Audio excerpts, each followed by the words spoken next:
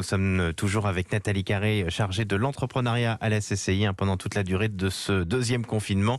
Elle répond à vos questions et nous sommes également toujours avec Thierry Coulon, le président dans le groupe Intermarché de tout ce qui est l'équipement de la maison, c'est-à-dire les marques Bricomarché, Bricorama et Bricocash. Alors aujourd'hui avec vous Nathalie Carré, on va s'intéresser aux commerçants qui ont ce que l'on appelle une mono-activité, c'est-à-dire ceux qui ne vendent qu'un seul produit, comme les magasins de chaussures, les bijoutiers.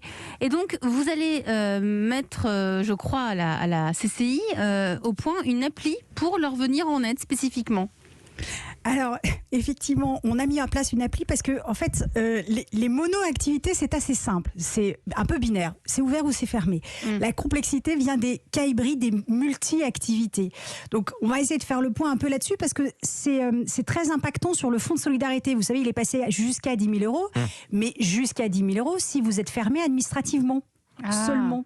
Et ouais, sinon c'est jusqu'à 1 500 €. Ça fait un peu toute la différence.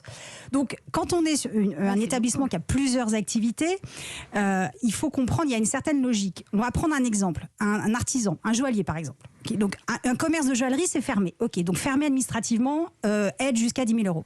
Maintenant, l'artisan qui fabrique ses bijoux pour les revendre, il est artisan, donc il a le droit d'être ouvert pour la phase de production.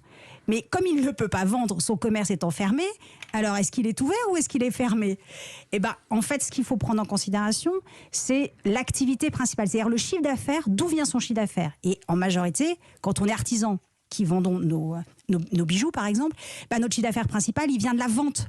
Donc, étant donné qu'il ne peut pas vendre, il est considéré comme établissement fermé, donc il peut prétendre aux 10 000 €, alors que son code NAF dit qu'il a le droit d'être ouvert. C'est pareil par exemple pour les papeteries librairies, puisque les papeteries ont le droit d'ouvrir, donc certains ont quand même réussi à ouvrir la porte grâce à cela, alors que leur activité à 90 ou 95%, c'est la vente de livres. C'est la même idée, j'imagine. Et ben voilà, donc c'est vraiment cette logique-là entre le code NAF et la réelle activité. Après, il y a un autre cas effectivement un peu particulier. Vous savez, les magasins en milieu rural, vous avez souvent les supérettes qui font plusieurs choses. Oui. Elles vendent 3 jouets. Alors elles font quoi, elles ? Eh ben, alors justement, donc elles font pas pareil que les grandes surfaces, parce qu'en fait elles font moins de 400 mètres carrés. Donc quand on fait plus de 400 mètres carrés, effectivement il faut fermer son rayon, jouets, vêtements, etc. Mais quand on fait moins de 400 mètres carrés, ce qui est quand même le cas des petites supérettes, notamment dans les zones rurales, eh ben on peut tout laisser ouvert, ces 3 livres, ces 3 vêtements, etc. Et effectivement, du coup, elle ne pourra avoir le fonds de solidarité que jusqu'à 1 500 €, puisqu'à la base c'est un commerce alimentaire. Et puis là, on peut imaginer que le chiffre d'affaires ne baisse du coup pas énormément, surtout si c'est un peu les seuls ouverts. Effectivement. Si j'ai le temps, il y a un dernier cas qui est un tout petit peu spécifique, c'est le commerce de gros. Ouais. Vous avez souvent, alors j'ai pris le cas des ustensiles de cuisine parce que j'aime bien cuisiner, mais vous avez souvent aujourd'hui des commerces de gros qui vendent aussi aux particuliers. Donc ils ont le droit de rester ouverts. Sauf que l'esprit de la loi, c'est pas de vendre aux particuliers des objets qui ne sont non essentiels. Acheter une batterie de cuisine aujourd'hui, c'est peut-être pas essentiel. Oui, parce que les commerces ils ont le droit de rester ouverts. S'adressent aux professionnels. Exactement.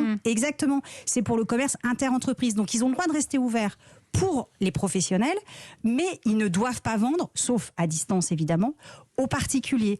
Et donc là, c'est pareil, le fonds de solidarité sera limité à 1 500 €, mais normalement, ils vendent beaucoup plus aux professionnels, donc la perte de chiffre d'affaires devrait être moindre. Donc il y a vraiment des subtilités entre le code NAF, est-ce qu'ils reçoivent du public ou pas, et quelle est l'activité principale.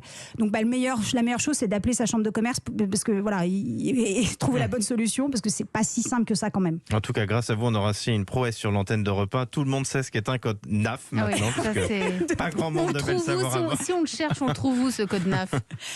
Il faut aller, en fait, en général, si on l'a pas sur son cabis, ce qui est le cas, en général, il faut aller taper sur infogreffe.fr son SIRET, et là on l'a son code NAF. Voilà, et parfois, c'est facile à trouver, c'est vrai, le SIRET, c'est évident pour tout le monde.